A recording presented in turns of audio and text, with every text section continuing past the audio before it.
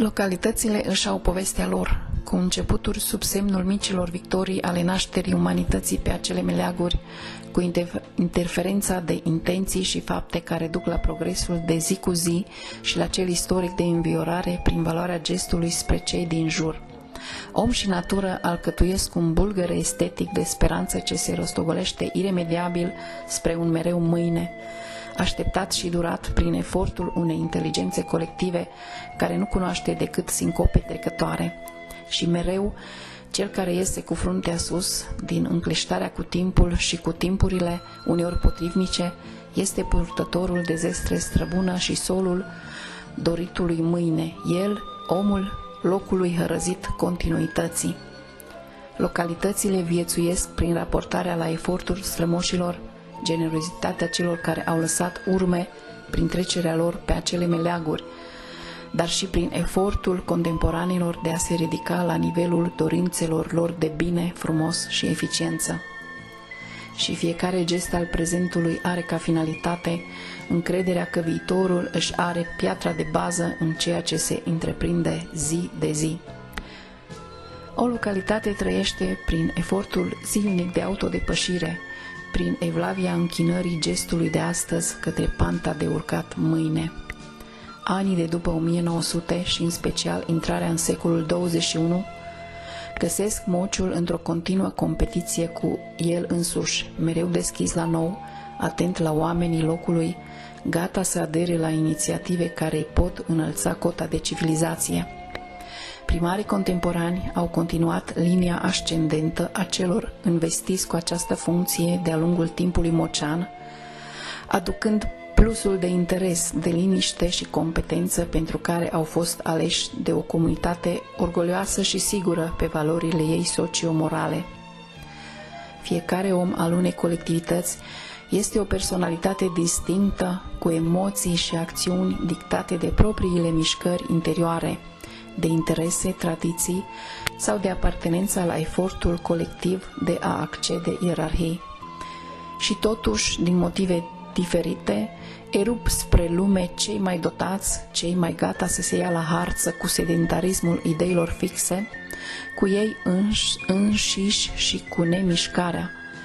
Fac în diverse domenii ce ar fi vrut și alții să facă, dar le-a lipsit scânteia sau șansa. Urcă spre înalt prin muncă, perseverență și prin fiorul unui talent descoperit la vreme. Se impun în ochii lumii și impun localitatea de baștină ca leagăn al performanței.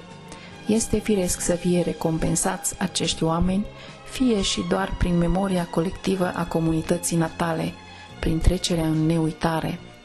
Și în mociu s-au ridicat persoane care au făcut cinste meseriei alese, profesori, medici, ingineri, intelectuali, care au pus un strop de pasiune pe efigia lucrului făcut cu chibzuință.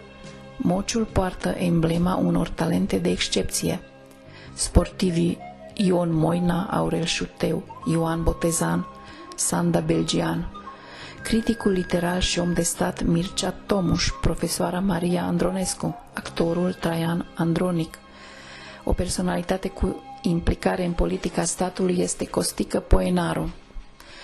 Apoi, interpretul de muzică populară Mihai Liviu Sălăgean, purtătoare peste ocean a tradițiilor românești, Felicia Costea și probabil și alții. Cu aceeași aplecare spre împlinire au acționat și cei rămași să lucreze pământul, să ofere hrană și echilibru comunei. Fiecare în parte se poate socoti o ofertă reușită în viață, o părticică din efortul colectiv de a accede la bunăstare fizică, morală, socială. Cu toții însă se află sub acoperirea celor care, plecați doar fizic din comună, s-au impus ca deschizători de drumuri sau continuatori de tradiții, adevărate personalități ale unei națiuni mereu în căutare de înălțimi. Cei care conduc destinele mociului de astăzi sunt conviși că se merge spre un drum ascendent în beneficiul locuitorilor comunei. Se mizează pe efortul zilnic al oamenilor pe care se pliază, vizând progresul și bunăstarea. Programele inițiate de grupul operativ al conducerii actuale și de angajații primăriei.